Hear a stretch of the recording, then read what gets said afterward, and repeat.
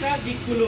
దానికి దిక్పాలకులు అంటే ఈ దిక్కులకు దేవుళ్ళు, గాడ్ ఆఫ్ డైరెక్షన్స్. ఓకేనా? మనకు ఇదేంటి, ఈ ఈస్ట్లో ఎవరున్నారు అధిపతి? ఇంద్రుడు. నెక్స్ట్ ఇదేంటి, సౌత్ ఈస్ట్లో ఎవరున్నారు? ఈ సౌత్ లో ఎవరున్నారు? తర్వాత సౌత్ వెస్ట్ లో ఎవరున్నారు? తర్వాత వెస్ట్ లో ఎవరు ఉన్నారు? నార్త్ వెస్ట్ లో ఎవరున్నారు? తర్వాత ఇది నార్త్ లో ఎవరున్నారు? తర్వాత ఈ కుబేరుడు దేవునికి అధిపతి, గాడ్ ఆఫ్ వెస్ట్. నెక్స్ట్ ఈ నార్త్ ఈస్ట్ ఎవరు? నాలెడ్జ్. ఈ శివుడు నాలెడ్జ్ ఇస్తారు, లయకారకుడు అంటారు. అంటే మనకు ఈ బ్రహ్మ విష్ణు మహేశ్వరు త్రిమూర్తుల్లో ఒకతను. ఓకేనా? అలానే ఈ ఈస్ట్ లో ఇంద్ర భగవానుడి ఆయుధం ఏంటి? వజ్రాయుధం. ఆయన ఊరేంటి?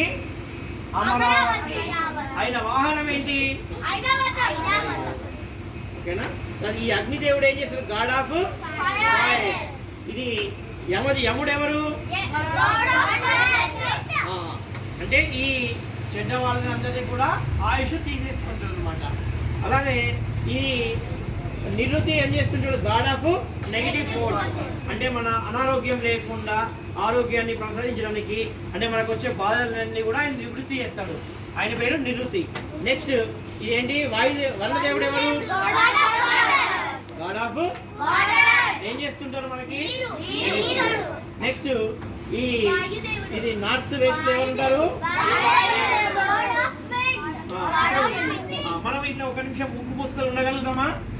ఉండలేము. అంటే మన ప్రాణానికి ఆధారం గాలి. అలానే మనము ఎవరైతే మన సనాతన సంస్కృతి సాంప్రదాయాలు అంటారు కదా, పురాతన నుంచి వచ్చినాయి ఏంటంటే చెట్టును, పుట్టను, గాలిని, నీరును, ప్రతి ఒక్క దాన్ని మనము పూజిస్తుంటాం, ఆరాధిస్తుంటాం. కాబట్టి మన సనాతన సంస్కృతి సాంప్రదాయాలను మనం తెలుసుకోవాల్సిన అవసరం మనకు ఉందా లేదా? రైట్. నెక్స్ట్